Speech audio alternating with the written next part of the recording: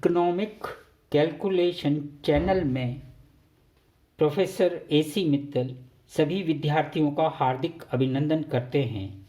आज का विषय हमारा मांग की लोच के प्रकार हैं। इस श्रृंखला में हम यहाँ पर विभिन्न प्रकार की मांग की लोच की चर्चा करेंगे।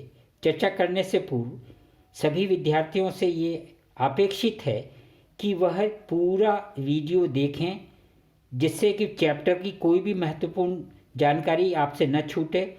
इसको लाइक करें, शेयर करें, अपने मित्रों को शेयर करें और सब्सक्रिप्शन की घंटी जो बेल है, आइकॉन बेल है, उसको अवश्य दबाएं, जिससे कि आपके पास आगे आने वाली वीडियोस का नोटिफिकेशन आपको मिल सके। इलास्टिसिटी ऑफ डिमांड को हम देखने से पहले यह जानना चाहेंगे कि मांग की लोच के लिए हमने पहले ये देखा था कि मांग जो है कितने प्रकार की होती है। यहाँ हमें ज्ञात है कि मांग 3 प्रकार की होती है: कीमत मांग, आय मांग और आड़ी मांग। और इसी के अनुरूप मांग की लोच भी बनती है। मांग की कीमत लोच यानी कि कीमत मांग से मांग की कीमत लोच, मांग की आय लोच और मांग की आड़ी लोच। Price elasticity of demand, income elasticity of demand, cross elasticity of demand.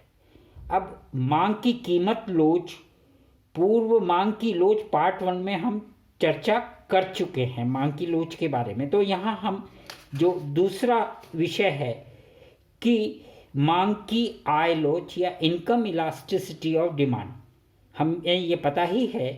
देखिएगा आप ध्यान से कि मांग जो लिखा हुआ है सामने, मांग की लोच वस्तु की मात्रा में प्रतिशत परिवर्तन अपॉन वस्तु की कीमत में प्रतिशत परिवर्तन, या इसको हम ये कह दें कि वस्तु की मात्रा में प्रतिशत परिवर्तन अपॉन उपभोक्ता की आय में प्रतिशत परिवर्तन। क्योंकि हम यहाँ क्या देख रहे हैं, मांग की आय लोच।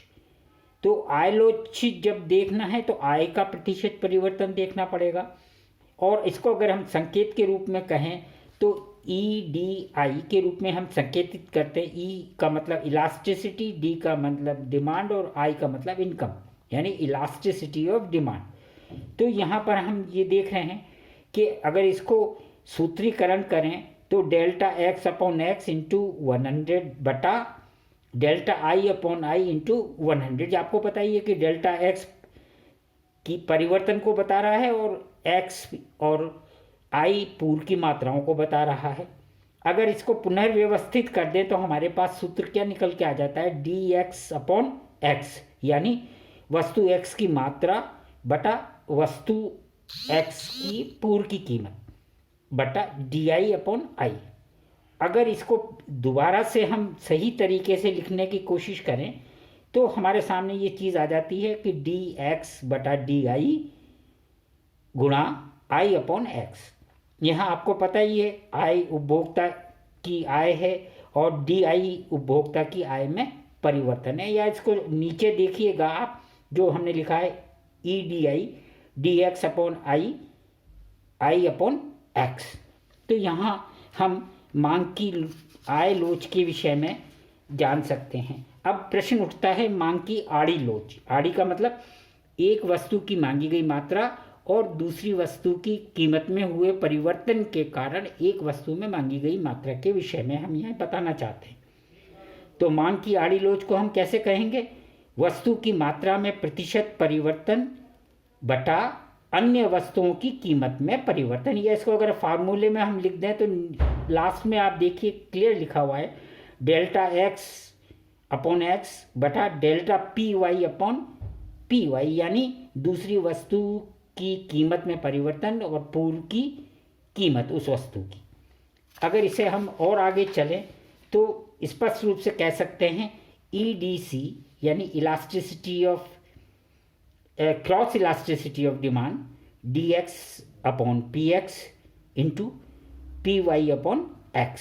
और यहाँ आपको पता ही है कि py क्या है, अन्य वस्तु की कीमत में परिवर्तन, और जो डेल्टा py कीमत में परिवर्तन को बता दिया और py वस्तु की कीमत को बता रहा है। यहाँ अगर हम फिर देखें तो प्राइस इलास्टिसिटी ऑफ डिमांड क्या D x upon delta X upon delta P P x है। अगर इसको मांग की लोच हो गई और D E D I D delta X upon delta I upon x, ये क्या हो गई, सॉरी मांग की आई लोच हो गई, और D x upon P upon x, ये क्या हो गया, मांग की कीमत लोच, और अंत में मांग की आड़ी लोच क्या हो गई, E D C delta X upon delta P Y upon P X. इस तरह मांग की लोच के हम प्रकार आपके समक्ष रख चुके हैं। आपसे पुनः कहा जा रहा है कि आगे की वीडियो आपको प्राप्त होने के लिए आपको नोटिफिकेशन ज़रूर प्राप्त होना चाहिए। इसके लिए आपको बेल आइकॉन जो आपका दिया हुआ है उसको आप दबाइए और सब्सक्राइब कीजिए, लाइक कीजिए और अपने साथियों को बताइएगा। और साथ में जब तक आप पूरा वीडियो नहीं देखेंगे आप इसे समझने में असमर्थ रहेंगे। धन्यवाद।